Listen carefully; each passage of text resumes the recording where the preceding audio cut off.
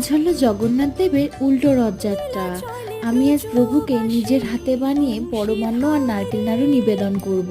পরমান্নের জন্য আগে ঘিটা গরম করে নিয়ে ওতে জল ঝরিয়ে রাখা গোবিন্দভোগ চাল দিয়ে দিয়েছি। এরপর চালটা একটু ভাজা ভাজা করে নিয়ে ওতে দুধটাও দিয়ে দিলাম, আর দুধেতে দুটো এলাচও দিয়ে দিয়েছি গন্ধের জন্য। দুধে চালটা সেদ্ধ হয়ে যাওয়ার পর পরিমাণ মতো চিনি দিয়ে দিয়েছি, আর কয়েকটা বাতাসাও দিয়ে দিয়েছি যাতে রংটা সুন্দর হয়। এরপরে তৈরি হয়ে গেলে ওপর থেকে একটু ঘি ছড়িয়ে আর ঢাকনা দিয়ে রাখতে হবে। আর এবারে নারকেল নাড়ুর জন্য কড়াইতে আগে একটু জল দিয়ে তাতে চিনি আর আখের গুড়টা দিয়ে ভালো করে মিক্সড করে নিয়েছি। এবারে নারকেল কোড়াটা দিয়ে ভালো করে পাক দিয়ে নিয়েছি। তারপর তৈরি হয়ে গেলে হাতের মধ্যে গোল গোল করে নাড়ু পাকিয়ে নিয়েছি। আর কি সুন্দর গোল গোল হয়েছে। একটু গরম গরম করলে এরকম সুন্দরই হয়।